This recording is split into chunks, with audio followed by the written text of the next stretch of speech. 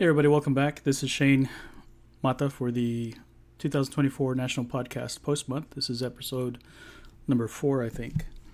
Last night was the 2024 presidential general election, or the general election in the United States, in which the president, Senate, and Congress were elected, plus a lot of local and state and local races. So it was an exciting night. My wife and I started the day actually after dropping off my daughter at school. We went out after breakfast and went to vote. The first place that we went to was pretty busy, but fortunately there were other locations that were just walk in and vote. That one place that we went to had a wait time of about an hour and a half to vote. So fortunately they were very helpful in telling us where to go. The process of voting has changed over the years. It used to be that, I don't remember when, but it used to be that you had to go to your designated polling location to vote, at least on election day. Prior to that, we could vote anywhere in the county for early vote, and it was not necessarily to go to your polling location. But for some reason, they would change it so that on election night, you have to go to a specific place. But that's changed, and they've opened up voting on election day to any polling location. So for me, that's great because you can shop around, find the one that has the shortest line. So we were in and out in no time. And the rest of the day was just kind of just waiting, because really they don't start counting until about 7 p.m. And so there's no updates on the county website. The state website for the Secretary of State does start posting election results, but that they're usually delayed, and they start to trickle in, and they start kind of showing you the numbers. But they're a bit laggy, but in that sense they're still definitive in a lot of ways. So I was pleased to see early on that Texas was one of the first states that was actually no, Florida was one of the first ones, and some of the other states here in the East Coast. Texas took a little bit longer, but it was definitely a win for Republicans. I'm surprised Wisconsin was definitive. Let's see the numbers. Yep, well, that was a squeaker at one point. But, I mean, yeah, win's a win, right?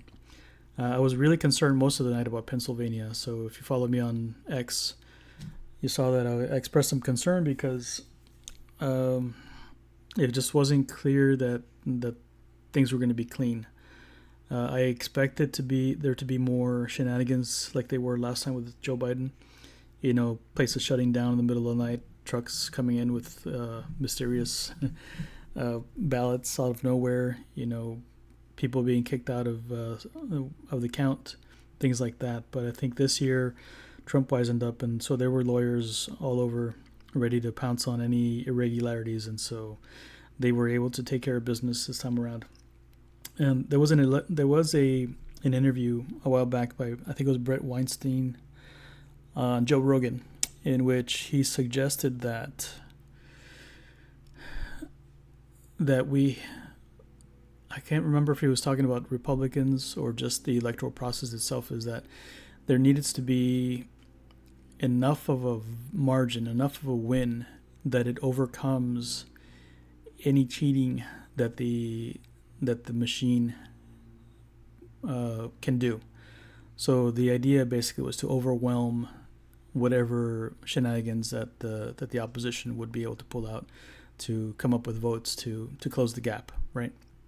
And I think last night it happened. There was so many Republicans turning out that there was just no way to stop the wave. That whatever the few thousand votes that they could manufacture wasn't going to be enough to make any difference. And so we did see that it was very decisive. Trump not only got all of the electoral votes that he needs to win, but he also has won quite decisively the popular vote. And I think I'm pretty sure that of all the registered voters, even now that not everybody turned out to vote. So I'm pretty sure there's a lot of undervote out there.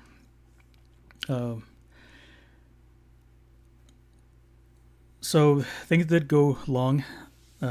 Here in Central Time, I didn't go to bed until about 2:30ish, more or less. I think the announcement was done a little bit after 1 o'clock. I can't remember, but it was late. Once Pennsylvania came in, that put Trump at 270, and at that point, it was just a matter of waiting for the other states to come in to just lock it in so that there would be no question. And so that's happened, except for Michigan and Arizona, it looks like. I don't know what the deal is with those guys, but they need to get it together. Everybody else was able to do it. So I don't know what to tell you. I think in the long term we have to expect that we have at least 2 years before the possibility of the tables being turned again. The Republicans pulled out a win in the Senate, or of the Senate, and a win of the House of Representatives. So between having the president, the Senate, and the House, there should be a lot of changes coming up in the next couple of years. I'm hoping that a lot of this is geared towards simplifying government and reducing regulation and just making it a lot easier for people to live and to prosper versus saddling us with more stuff that we have to comply with. So compliance is a big business, and it's an unnecessary business because it doesn't actually produce anything. It basically is just an anchor that everybody weighs, or it weighs everybody down. And so I'm hoping that in these next coming 2 years before the next election that a lot gets done.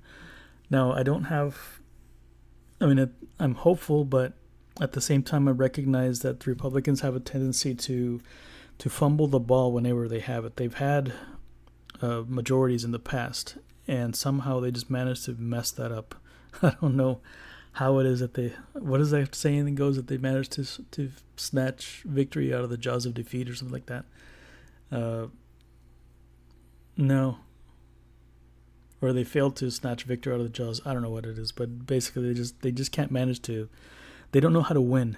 It's the thing. It's like once they've won office, they don't know how to actually convert that into an actual win for the constituents, and so that doesn't help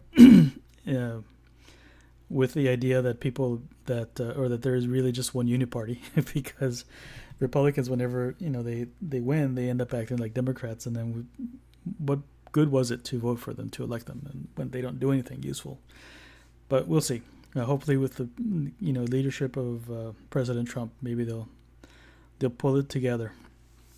For the next election, I'm expecting J.D. Vance to be the next nominee, and we shall see. I think the next couple years are going to be pretty much just business, and then after that, it's going to be looking at the next election. We should need to start looking at who would be the best vice president for J.D. Vance at that point, and I'm excited that some of the team members that they put together for President-elect Trump may be on his cabinet. I don't know what role Elon Musk would play, but that would be exciting if he could go in there and find ways for the government to save money. You know what? I think the government could actually benefit from having what they do engineered. They have things that they want to achieve, and it's all a bunch of processes. And I think a lot of bureaucracy ends up being just cruft that's left over from the way we used to do things, and then we have to have this form, and then why do we still have this form if it's not useful? Well, that's the way we've always done it, that sort of thing. And it may be very well possible to streamline a lot of processes, computerize much better. Like the FAA, for example, supposedly still using computers from way back in the day, or technology from way back in the day. Why couldn't we upgrade that? There's a lot that could be done to make the government more efficient and more responsive, and like FEMA, for example. why? How is it that they're able to divert funds? Well, you know how it is. They can because the president wants it to happen. So I don't know. We have to rethink the way that we want government to work, and it doesn't mean necessarily that government is bad. It's just not very good at what it does, at what it's been tasked to do. And they prove it time and time again. They just give them a chance, and they'll disappoint you. Every once in a while, we can have a win, but I think for the most part, it's local governments, your local municipalities, that are going to be doing the good job. Unfortunately, a lot of times these local jobs, local elections, statewide, attract a lot of hooligans. But on the bright side, it's easy to get them out and put somebody else in who's better, or at least a better hooligan. All right, so I think that's it for today. I'm glad that it wasn't drawn out, that we didn't go over the weekend, and that there was a definite decision by the end of the night, and that we can move on with our lives. I'm excited about the crypto market going up. As soon as it was pretty clear that Trump would win, crypto, or Bitcoin actually, I think, hit 75,000. And of course, Ethereum followed that. We can expect that the stock market will follow suit as soon as I think the big telling day would be Inauguration Day. Right now, there's still time between now and Inauguration Day for Biden and Harris to throw some to skunk things up. I don't see them playing nice in the time that they have left. So, and then after that, it's going to be a matter of having Trump come in and clean that up, so that'll give them work for a couple of weeks.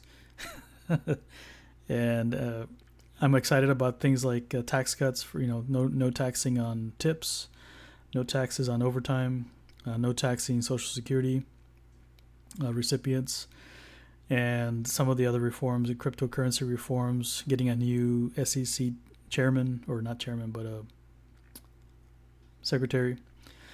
And I don't know. I think it's going to be a good time. I think that we're going to have prosperity at least for a couple of years. Hopefully, it goes longer than that, depending on what the next election brings us. Typically, I think we're going to have 2 years definitely of the Republicans running things, but then they tend to drop the ball whenever they're in power, and so we end up having to, they end up giving up seats to the Democrats.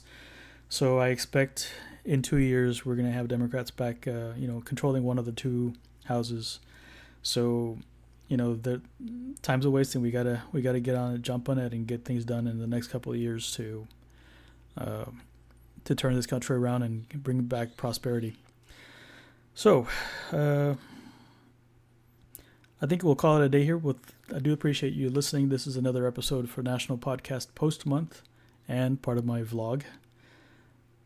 So we'll catch you again soon. Oops.